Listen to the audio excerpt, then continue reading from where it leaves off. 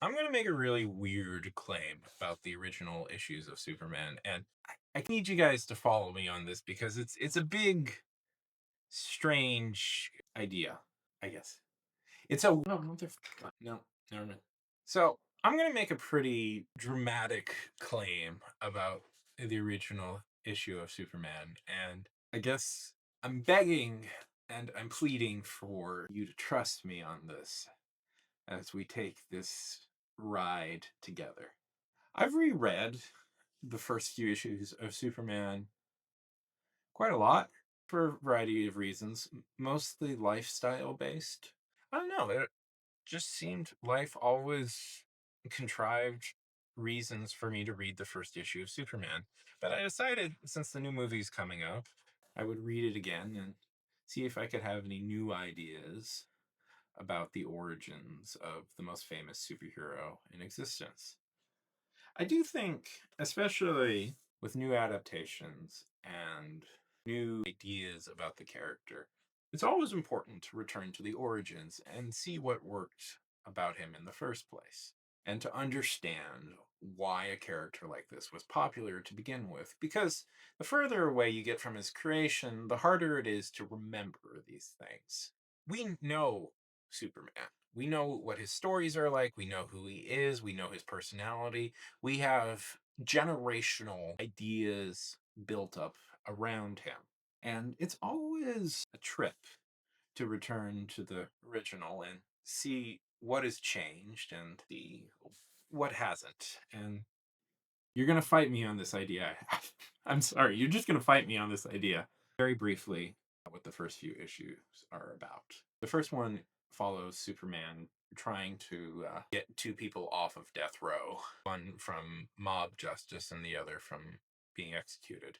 A man's been murdered and two innocent people have been accused, and it's up to Superman to figure out who did it, and he does. But very importantly, it was a lounge singer that the victim was having an affair with. But very importantly, for this first issue, the story doesn't really end with Superman figuring this out.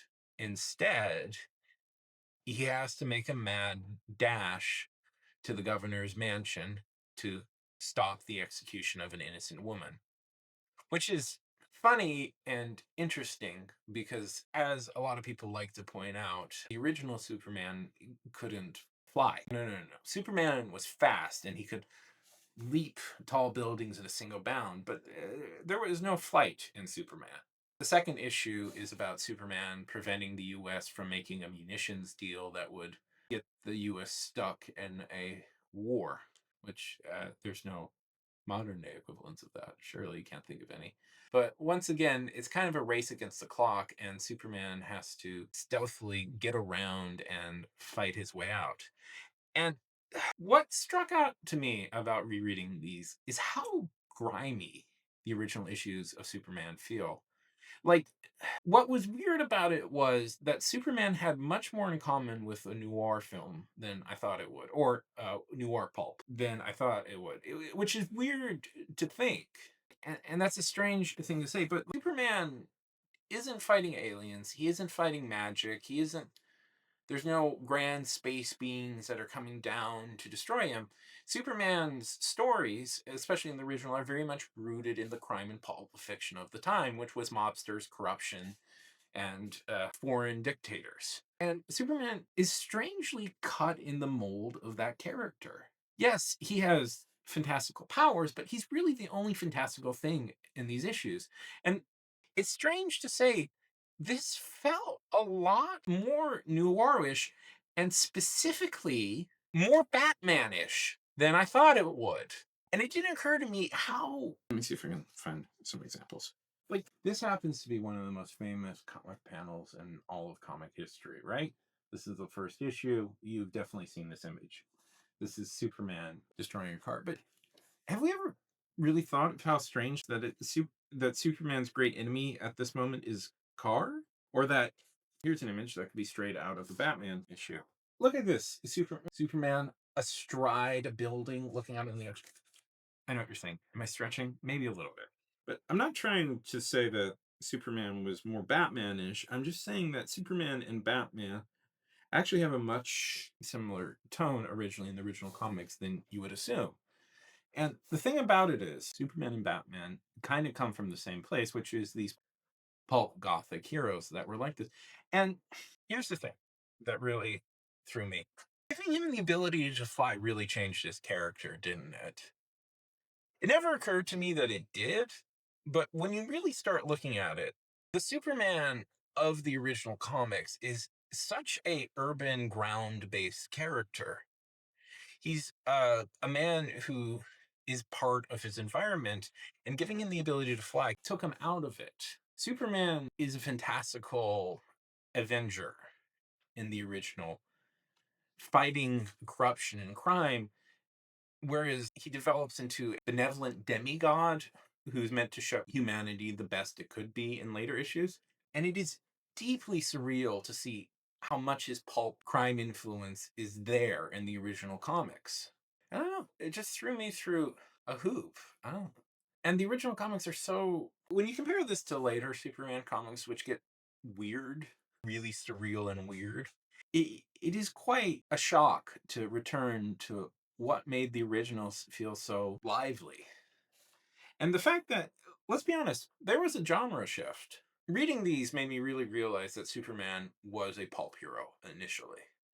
And at some point, possibly because they ran out of ideas and Superman's powers kept accelerating, they added more and more sci-fi and fantasy stuff into it. Now, Superman was always sci-fi, but Superman was the only fantastical character in the entirety of the comics initially. And this genre switch helped with his powers growing to exponential rates. But this one, it feels grubby. It feels weird. It feels like Superman isn't a god. He doesn't have the power to do anything he wants. And I've never liked that idea, by the way, in Superman stories. I've never liked that idea that Superman is an unstoppable god who only doesn't rule us because he loves us. It feels the best Superman stories aren't that. The best Superman stories are about him being, yes, a Superman, but it's about him being fundamentally very human. I told you this would be a weird ride, and I'm taking a big swing here. I don't know. Hey, I'm in a different shirt, and I moved the camera away from the outlet that uh, people's eyes are immediately going to go towards in the rest of the video, and that bugs me that I didn't notice that. What can you do? It occurs to me that this might sound like I'm taking a position on current Superman comics, and I'm not. The Superman I am familiar with and the Superman that I fell in love with is the flying demigod Superman. One of my favorite movies as a kid was the Richard Donner version of Superman. So it's not really a criticism. It's just an interesting look into an alternative universe that potentially could have happened with Superman. A world where instead of Superman developing into a messianic figure, Superman develops into a street based brawler with a distinctly noir inspired idea. I, I don't know if I can think off the top of my head. There's smart people out there. You'll immediately think of a superhero that this sounds like. Hellboy? I don't know. That's probably not the best version. I just often default to that. Fighting kind of in a noir tinged world. It's interesting, I think, because the worst types of modern Superman comics are when they try and make him darker and edgier. Those suck.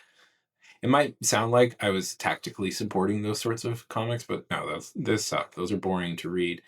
Partly because at this point, Superman is too powerful, and a Superman that is dark and edgy and can beat people up with no problem.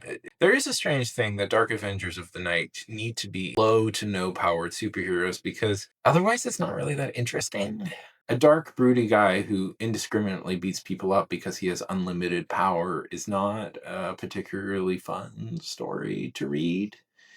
And it actually has quite a disturbing connotation. A guy using his wits, technology, and training to beat people up is more palatable in those sorts of stories.